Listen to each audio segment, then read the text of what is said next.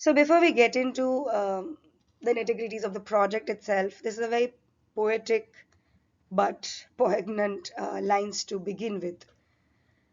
Some say this is a new age, others say that when it comes to women, it's always a new age. New age. Meaning things have changed for women. Things always change for women. Women are no longer in the roles they used to be in. They're always in new roles. They started coming out. They've always done that. They go inside. Always. I think this very nature of movement that we hear in the words is what we also experienced while listening to the oral histories of the women architects. And it sort of does that to the project. It's constantly going in, going out, asking questions about, is this really necessary? Why is it necessary? No, but it is necessary. And I thought it seems like a good way to represent our process, our experience. Good evening, everyone. I'm Ishita Shah. I am the sort of curator of this exhibition, but before that, I was the oral historian of the project Women of Vaastukala. And it's this digital archive which we have wanted to launch, and that's what brought us to Arthshila to curate the exhibition, vandalizing the Indian atelier. Please excuse me that I'm not there in person, but I should be reaching soon. And until then, you will have to hear the story about this project through a pre recorded video. And I hope I can make your experience as lively as possible. I'm using an earlier presentation. In fact, a lot of the storytelling that I'll do today is using a lot of earlier content, of course. One is because these kind of research projects almost become a part of your life, and we have been working on this project since 3 years. And in different forums and different spaces, we have spoken about it, we have written about it, or if nothing else, in our own element, we have reflected about it. The second reason is also because we are a very fluid team and we're all in different cities, and we've still been able to work remotely to make this project happen. And usually it has helped to send each other our reflections or recordings or comments. And that process content also sort of becomes very important to tell the story of these kind of projects. So this is a question I had posed for a sort of a soft launch of this archive at the Indian Institute of Architects Forum in Calicut in December 2022. And since then, this question has been very relevant, that what is the purpose of such an archival project? Who is it for? Is it really for the purpose of history, or is it for women? And I think in the process of this presentation, one is trying to somewhat answer this question. The project began way back in one's mind, perhaps. Um, we have only had three publications. I mean, the third one also, I think I have known about it only in the recent times. But when it comes to women architects in India, we have had two publications until now, like 75 years of independence and even longer journey of architecture and design. Books which talk about women architects, only two. Not getting into detail of it, most of you might know of it, or you can always um, look back at, you can just Google and you'll find these. That's what I mean to say. There's nothing more to look for. And then the third book, which I just mentioned, so it's much older, but so that's Minute De Silva's autobiography, almost put together before everything gets forgotten or gets lost. It's a very interesting memoir in itself. She's from Sri Lanka. It's a publication of 1998. But yeah, so when you think of South Asia, now some publications are on the way or they've just been recently published on women architects of South Asia. But until last year, these were the three books to look back on. And then there have been efforts in the last few years by women architects themselves of changing this. They have taken the leap much needed leap and written about themselves, about their projects, about their stories. um, we have been fortunate to work with biome architects, architect Chitra Vishwanath and her team, to put together their recent publication, Biome Diaries. And this constant question has been, at the back burner, that what is different about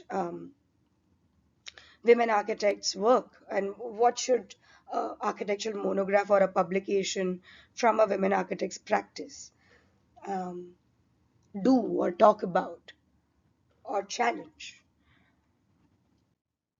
So, going even back in time, as I said, the project really begins in one's mind um, as far as in 2013 when we were setting up SEPT archives.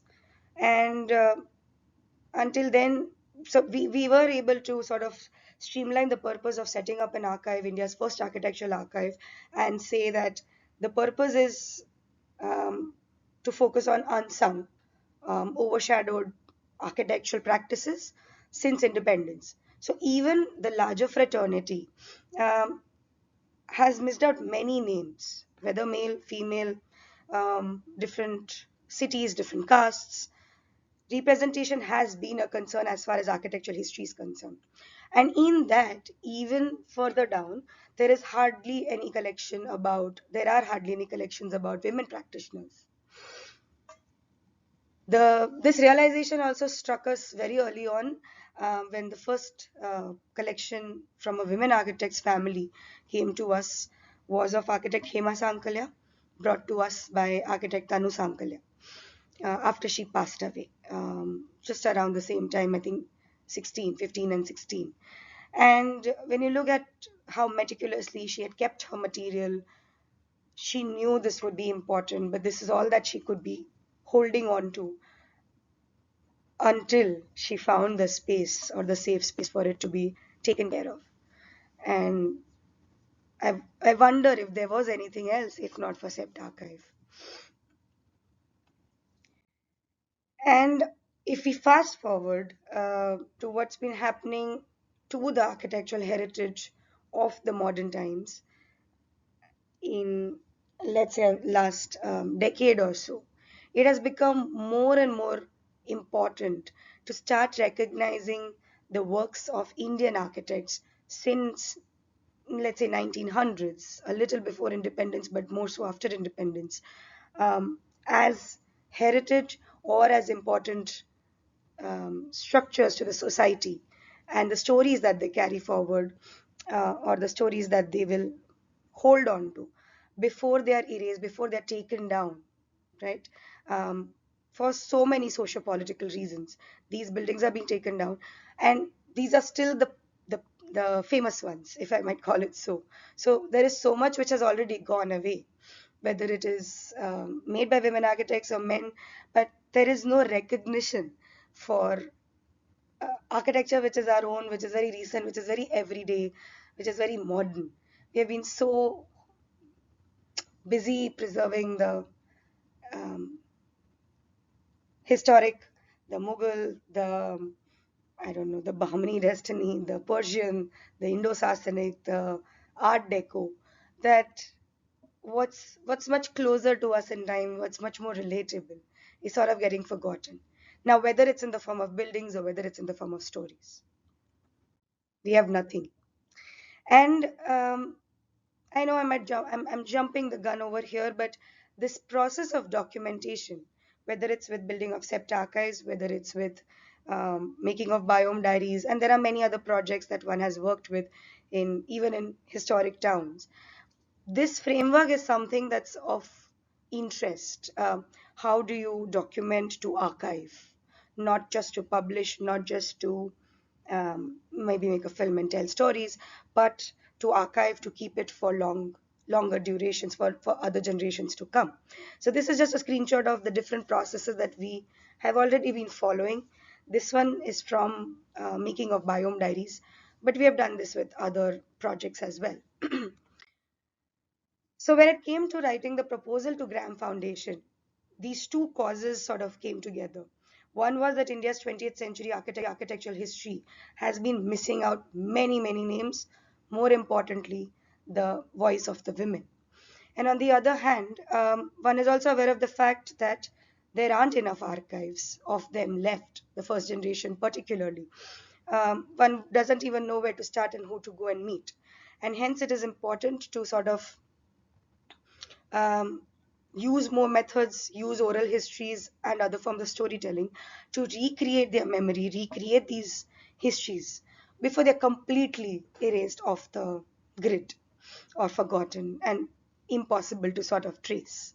And in this process, one was also interested in addressing some other biases, whether it's the geographical ones, whether it's practice based, who is an architect and who is not, who is worthy or who is important and who is not. So addressing these kind of biases as an architectural historian were equally important to this project. And once we got through this, now once this grant was sort of sanctioned and one had to start working on this project, the reality on ground was also very critical. We were on the onset of the pandemic, and hence the idea of chasing the trails or even starting the chase to record stories of first generation women architects was seeming, at that time at least, seeming very impossible.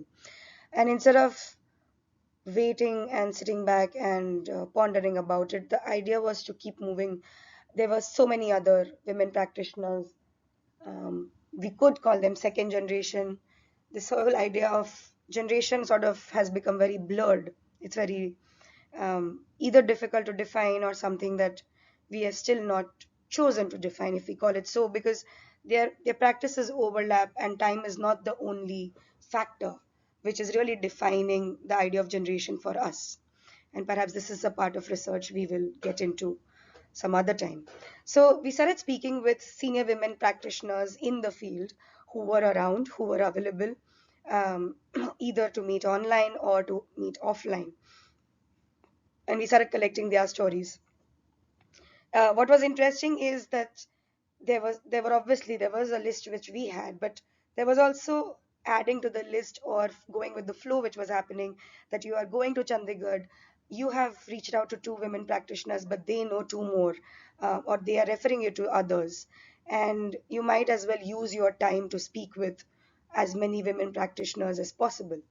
And we discovered many new names is something that was very important to highlight, that even our own understanding or listing of women practitioners was so limited.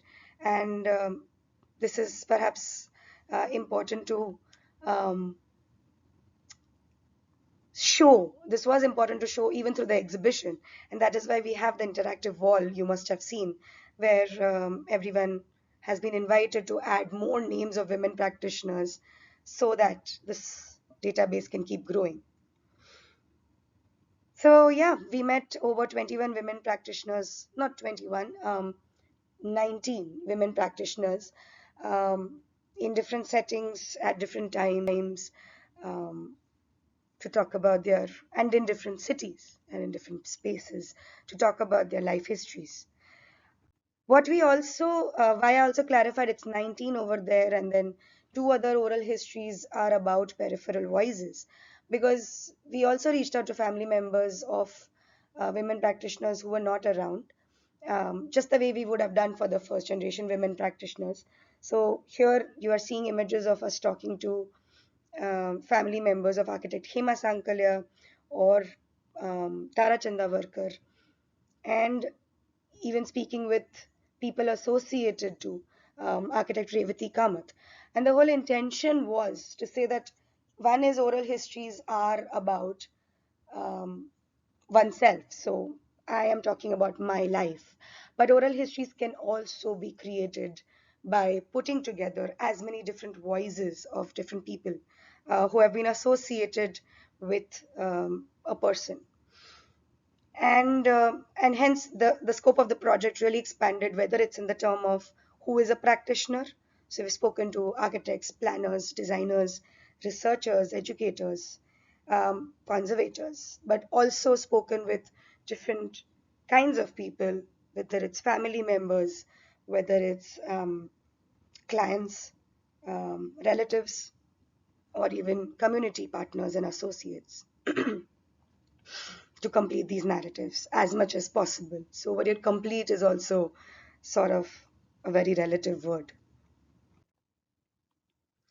Now, looking closer into what transformed or what happened between collecting these oral histories, which was purely, let's say, a research project.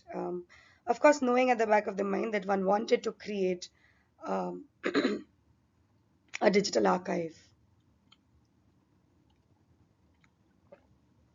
And what would it mean to create a digital platform? Using the notes, using the oral histories, using this research material and converting it into something that's more accessible, something that's more objective, and something that's more creatively stimulating for more kinds of users and readers. So, oral histories don't remain oral histories. Of course, as you saw, those were my sketch notes from each recording. I think I have loads of them.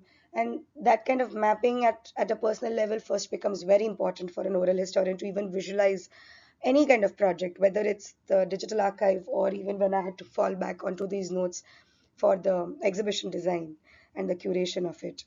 Um, so it starts translating into very technical tools. So this is the mapping sheets.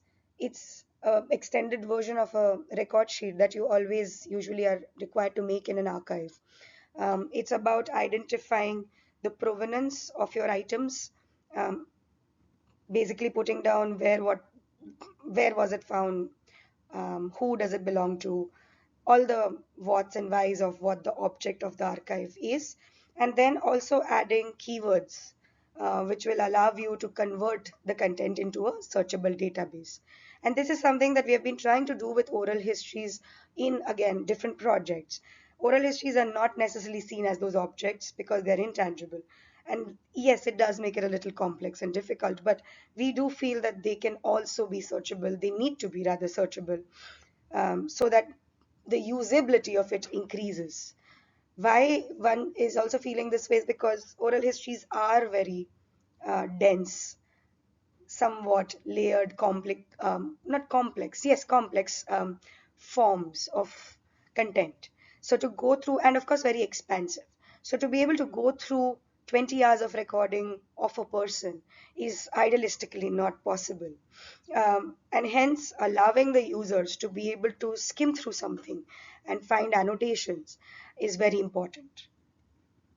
So what you see over here are such record sheet, um, with its entries and details and timestamps. These were finally converted into something called data entry sheets, and taken into the website for uploading. Some part of it still remains to be uploaded because we have reached a very sweet problem, if I call it so, where we have too much of metadata, which will perhaps overwhelm the website, and rather not too much metadata, sorry, too many keywords. All of them are relevant, so one needs to really take a veto call on what's very important and only upload that many keywords for search. But coming back to the website, so these mapping sheets became a way to now tune in the web developer team, that's Shishti and Ullas. Um, Parallelly, Purnima and Vedika were working with us on sort of creating the transcription summaries. And for all of them, the mapping sheet sort of became a very important window into looking at the content. Otherwise, imagine 21 oral histories and almost an average of 10 hours of recording. It would be very difficult for them to slice through, make sense of it, and take their roles forward.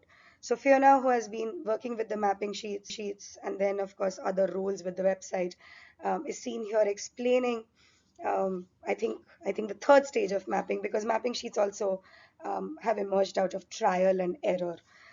So she's sort of taking them through the second or the third stage and the final stage was slightly different. And what you see on the right is Shishti's very early presentation of what the website could look like. She has understood what we have done with the mapping, what the intention of the project is, and she's sort of taking us through her sketch notes. When I finish, and then when you listen to some or look at some other video recordings, you will actually go into a very quick journey of the visual design of the website as well. I think in this project presentation, what we are still not covering is the the blues and the struggles of a web developer, because there's so much at the back end in terms of wireframes also, which sort of got rejigged and refurbished to sort of arrive at what is really the experience that we want to give. And that's perhaps because Ullas, who's been the developer, has usually not made us feel that he's challenged about it. It's just taken him another day or another few hours in the night to address changes that we have asked for, or to go through that exercise and constantly discuss with us, oh, if this is what you want, here's this kind of a tool that's available, maybe we can try that. But here's what the website looks like. I'm really hoping that most of you here have been to the exhibition, access the website on the computer, or scan the QR code and um, yeah, taken a stroll around the website to see what it seems like.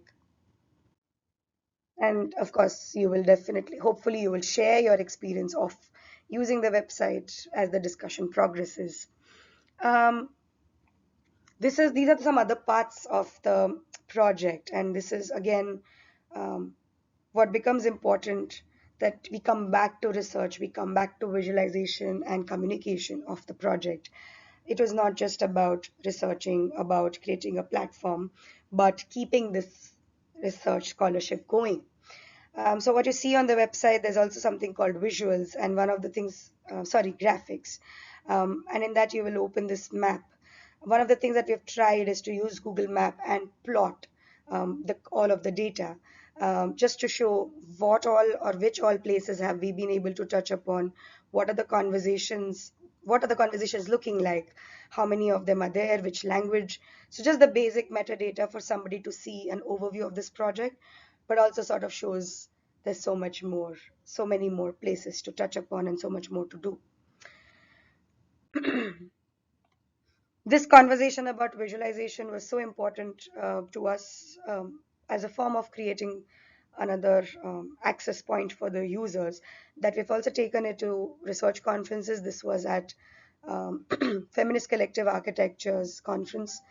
Um, and Again, in the succeeding presentations, Fiona will take you through it.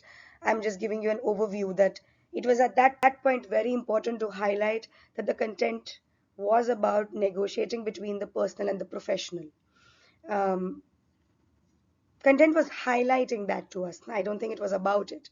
And it became important for us to um, sort of tweak our minds, or yeah, I think probe our minds to say, can this be visualized?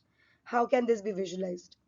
Are there tools to show, or if this is happening in the personal life and that's when my professional life is this way, is there a way to communicate this yin yang or the seesaw effect?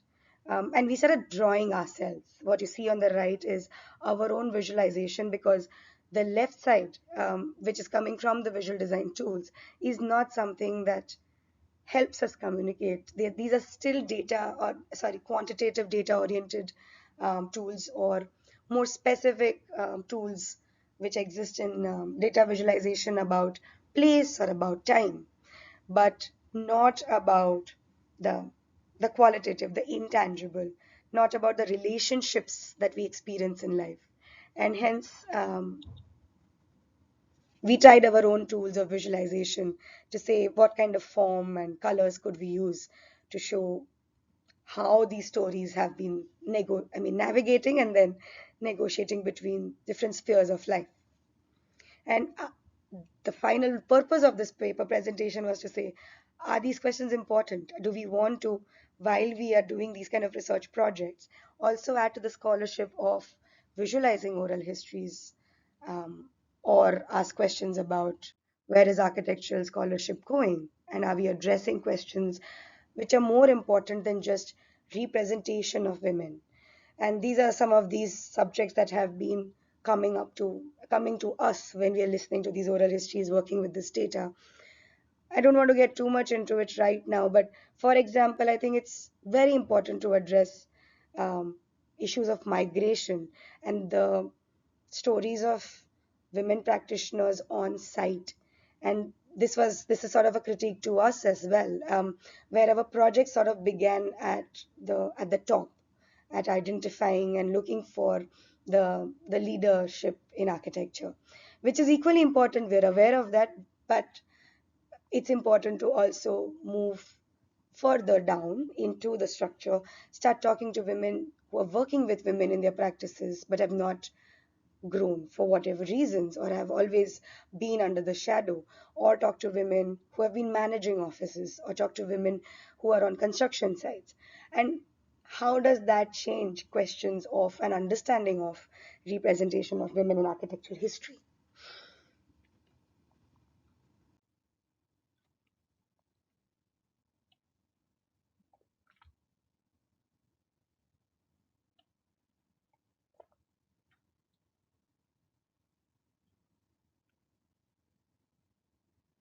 And I think this is why Anuradha's quotation becomes very relevant.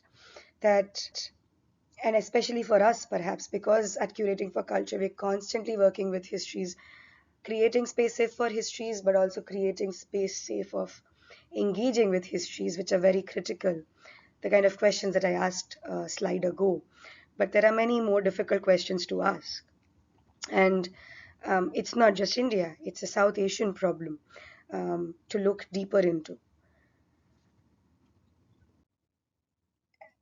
And this kind of back and forth of looking into the process and coming out and looking at the project critically sort of addresses the question that we started with, that we were doing this project not necessarily for women. Yes, it's about the women and giving them representation, or it's about changing or rewriting history. But the larger intention is that it matters, or it should matter, to the community who constructs or who creates spaces. And these need not be, again, spaces in form of tangible structures only. These could be spaces of knowledge, and it should matter to the larger community that so much of that's to be told is still missing, or to be heard is still missing.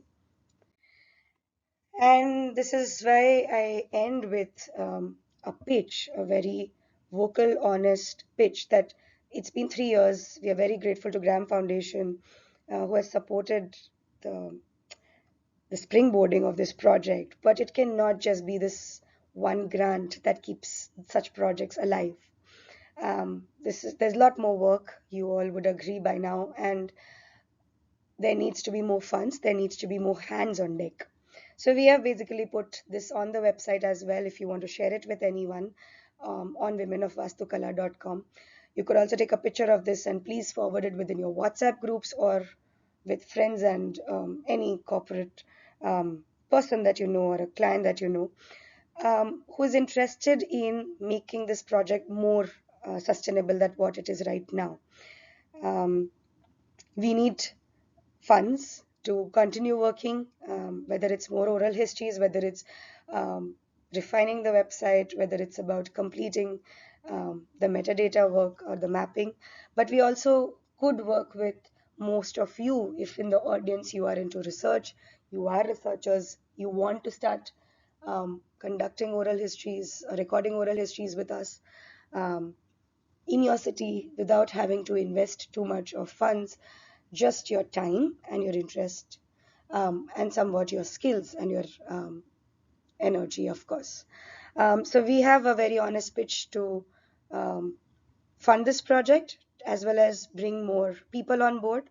Also, if you already have, or if you know anybody who has already conducted oral histories or interviews, and they were done for a certain research project or a publication, and now they are lying in somebody's hard drive or a computer, we are also crowdsourcing content. So we are more than happy to do the necessary paperwork, bring it to this archive, and grow this archive with all kinds of contributions. I will end with this. Thank you, patient, for patiently sitting and listening to me without me being there. I think that does change the feel of the space, I'm sure. But I hope I've been very honest in my way of telling you and sharing with you what it has meant for us to create this project.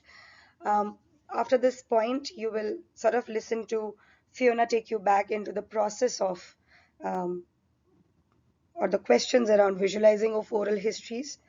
Um, you will then sort of see a very interesting, fun video by Shrishti about what it meant to design and interpret this project in the form of a digital archive. And then we'll close with Vedika's reflections. She had created this video for Women Architects Day, and we wanted to post this, I think, sometime in July. Um, Vedika has also been the person who worked with not only the transcribed summaries, but also later to sort of take an editorial um, take on the project and cleaning it up. So somebody who has been in and out of the project at different stages, her reflecting about the the process is very important to understand each one's take and stakes into this project. So hope you will get enough of voices and conversations from us, and it will help Sangamitra and Vaishnavi to take this conversation forward with you all as critically as possible and as um, constructively, so that more of you work with us, and the scholarship, not with us even if you want to do it by yourself, but the scholarship in this area sort of starts growing deeper and wider. Thank you so much, everyone.